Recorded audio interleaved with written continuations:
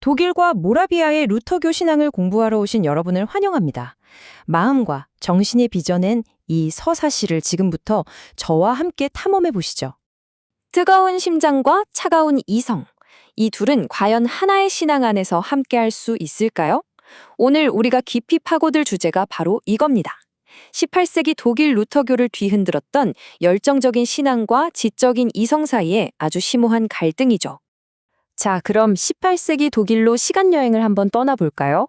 당시 독일은 지금처럼 하나의 나라가 아니라 수많은 작은 나라들로 조각조각 나뉘어 있었어요.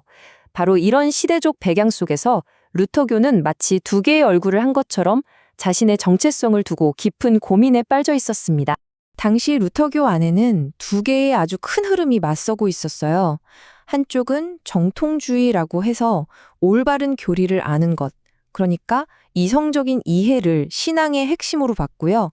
다른 한쪽은 경건주의인데 살아있는 개인적인 체험, 즉 마음에서 우러나오는 뜨거운 신앙을 무엇보다 중요하게 생각했습니다. 말하자면 머리의 신앙과 가슴의 신앙이 팽팽한 저울 위에서 맞서고 있었던 거죠. 이 마음의 신앙이 가장 뜨겁게 타올랐던 현장이 바로 모라비아 운동입니다. 그리고 그 불길의 한가운데에는 아주 카리스마 넘치는 한 인물이 있었습니다. 그 주인공은 바로 진젠도르프 백작입니다. 경건주의 전통 속에서 자란 루터교 귀족이었죠. 그는 박해를 피해 도망친 모라비아 출신의 신앙인들, 그러니까 종교개혁가 얀 후스의 영적 후예들에게 자신의 땅을 피난처로 내어주었습니다. 이들이 세운 공동체 헤르노트에서는 정말 드라마 같은 일들이 벌어지는데요. 처음엔 서로 다른 배경 때문에 갈등도 있었지만 1727년 5월 진젠도르프의 중재로 평화 규약에 합의합니다. 그리고 불과 석 달 뒤인 8월 성찬식 중에 공동체 전체를 뒤흔드는 폭발적인 영적 각성이 일어납니다. 진젠도르프 스스로 이걸 모라비아의 오순절이라고 불렀을 만큼 엄청난 사건이었죠. 이전까지는 우리가 지도자였지만 이제는 성령께서 친히 모든 것을 주관하셨다. 이 기록에서 당시의 압도적인 분위기가 느껴지지 않으신가요? 분열되어 있던 공동체가 신의 임재 앞에서 눈물을 흘리며 하나가 되는, 그야말로 완전히 변화되는 순간이었습니다. 이 부흥이 낳은 가장 놀라운 결과 중 하나가 바로 이 숫자입니다. 100년. 이게 무슨 시간이냐고요? 헤르노트 공동체가 무려 100년 동안 단 하루도 쉬지 않고 24시간 내내 중보 기도를 이어간 시간입니다. 정말 믿기 어려운 열정이죠. 부흥의 열매는 이게 다가 아니었습니다. 2,000곡이 넘는 새로운 찬송가가 쏟아져 나왔고요. 공동체는 콰이어라는 그룹을 만들어서 서로의 필요를 돌봤습니다. 그리고 가장 중요한 건 이 뜨거운 마음이 개신교 역사상 가장 열정적인 세계 선교 운동의 시발점이 되었다는 사실입니다. 자, 이제 이야기의 다른 할 쪽으로 넘어가 보겠습니다. 뜨거운 심장이 부흥의 불길을 일으키는 동안 반대편에서는 차가운 이성의 바람, 바로 계몽주의라는 거대한 지적인 도전이 불어오고 있었습니다.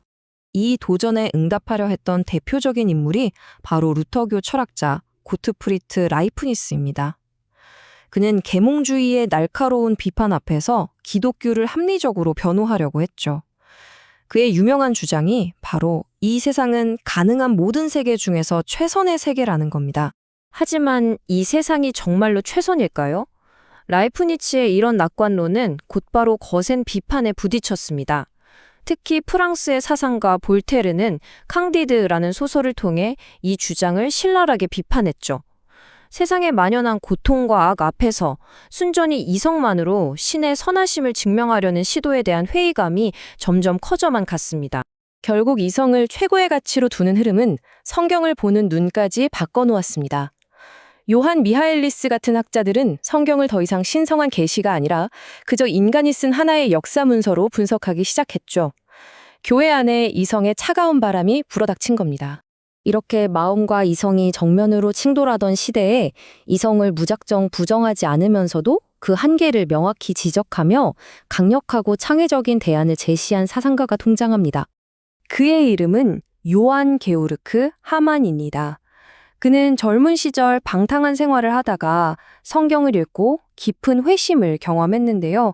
그 후 계몽주의가 말하는 이성의 빛은 거짓된 빛이며 진짜 빛은 신앙 안에서만 찾을 수 있다고 확신하게 되었습니다. 바로 이 문장이 하만 사상의 핵심입니다. 정말 흥미로운 지적이죠?